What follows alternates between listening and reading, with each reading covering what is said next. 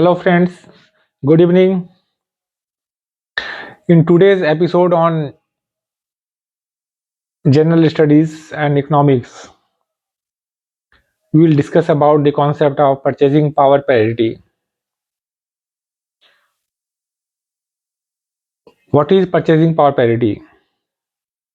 It implies that the purchasing capacity of one currency is at par with the purchasing capacity of another currency. We take an example of two currencies, dollar and Indian rupees. We also assume that India and USA they sign a bilateral trade agreement for import and export. We further assume that in our example, India and USA both are producing motorcycles.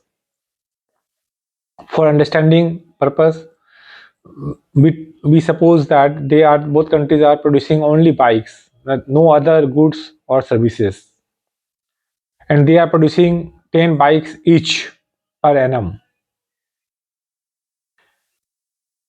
Now we will take you to the both for better understanding of the concept of purchasing power but parity.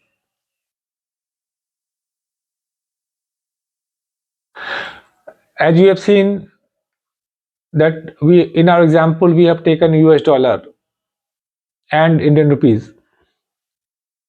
This concept is relevant for international trade.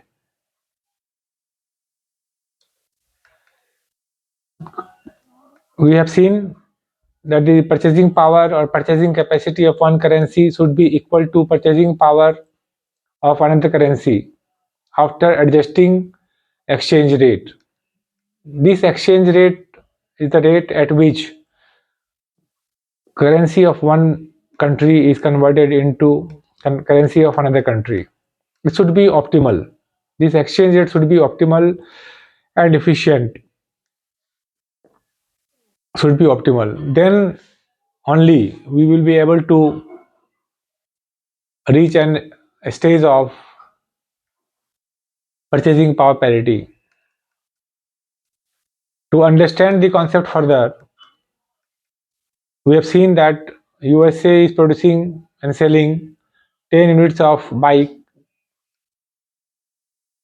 and cost per bike is $1,000. Total value of 10 bikes comes to $10,000. Similarly, India is producing and selling 10 units of bikes and their price in domestic market is the Indian market is 50,000 rupees per bike. Total value comes to 5 lakh rupees. Now they can either decide to buy locally, that is in the domestic market, or they can decide to import from another country. That is USA can decide to import from India and India can decide to import from USA. And current exchange rate between dollar and rupees is 80. That is 1 US dollar is equal to 80 rupees approximately. Now for import export they have to convert the currency. So if the Indian citizen they want to import from USA, they will convert 5 lakh rupees they would have spent buying from local market. They convert rupees into dollar and get $6,250 at the rate of 80 rupees. And US citizens get 8 lakh rupees by converting $10,000 which they would have spent if they had decided to buy from USA market. Now what happens by after conversion? US citizen can buy 16 bikes in India at the rate of 50,000 rupees per bike, and Indian citizen can buy 6 bikes in USA at the rate of $1,000 per bike. So we see that there is obviously the US citizens are benefiting if they import from India. Contrarily, Indian citizens are at a disadvantage if they import from USA. If US citizens decide to import from India, the demand for Indian rupee will increase, and there can be an appreciation of rupee, as a result of which the exchange rate between dollar and rupees may come down from 80 rupees to say 75 or 70 rupees. But there are inefficiencies in the international trade. There are government policies because of which it may not be possible for USA citizens and Indian citizens to import and export. So as a result of which these restrictions are of various types, like taxes, custom duties, insurance cost, some uh, some kind of logistical problems, transport and storage. There can be issues of quality of the bikes,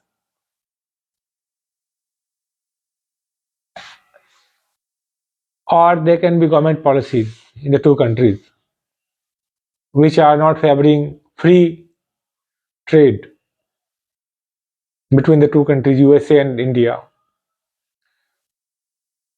So we find that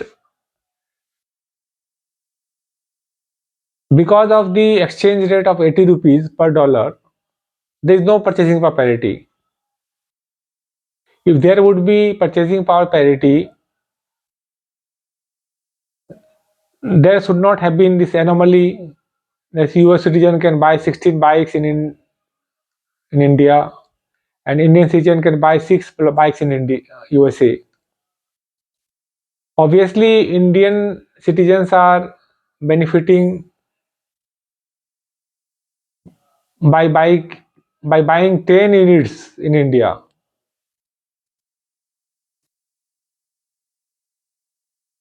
as compared to buying 6 bikes if they import from USA.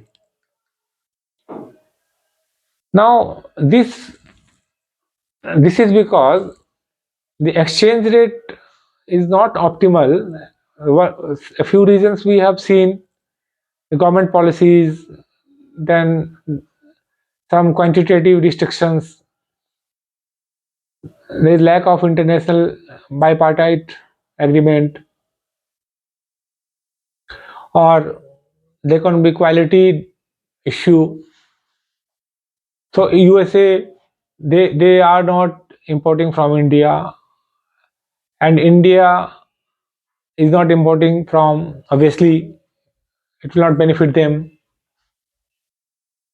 So a question here arises, then why this exchange rate is not optimal? And this is because, apart from the factors we have discussed, there are difference in the living standard and income levels between the two countries. Productivity level are different in the two countries.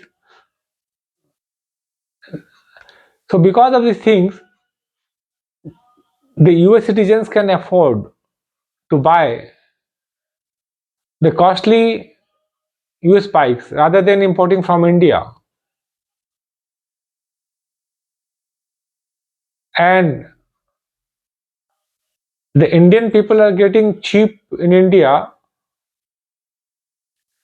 so there is advantage. But at the same time, they are finding that even the prices, cheap prices in India, they cannot afford because of their poor income. Their living standard is not at par with the living standard of US citizen. Their income level is not similar. Their productivity level is not similar. So because of these factors, there remains abnormal, suboptimal exchange rate between dollar and rupees. So friends, I hope that the concept is definitely a bit complex. I have tried to explain the concept so that you can at least understand some underlying issues behind this concept of purchasing power parity. Thank you.